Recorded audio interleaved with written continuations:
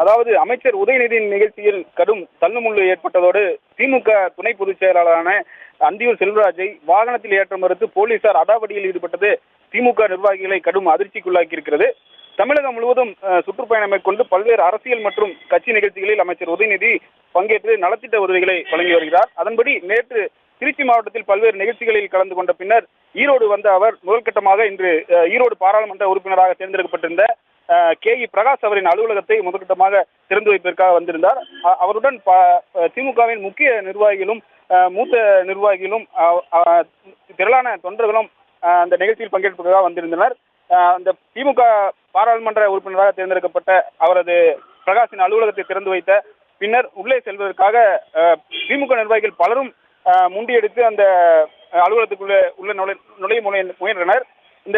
இதனால் அங்கு வந்து கடும் பரபரப்பான ஒரு சூழல் ஏற்பட்டது.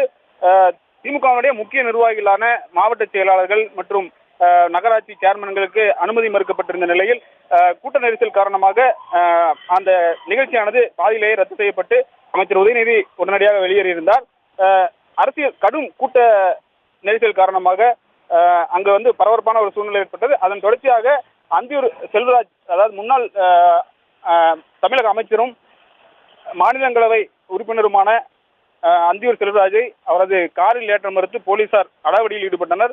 இதனால் அங்கு திமுக நிர்வாகிகளுக்கும் தொண்டர்களுக்கும் ஒரு அதிர்ச்சியான ஒரு சூழ்நிலை ஏற்பட்டது.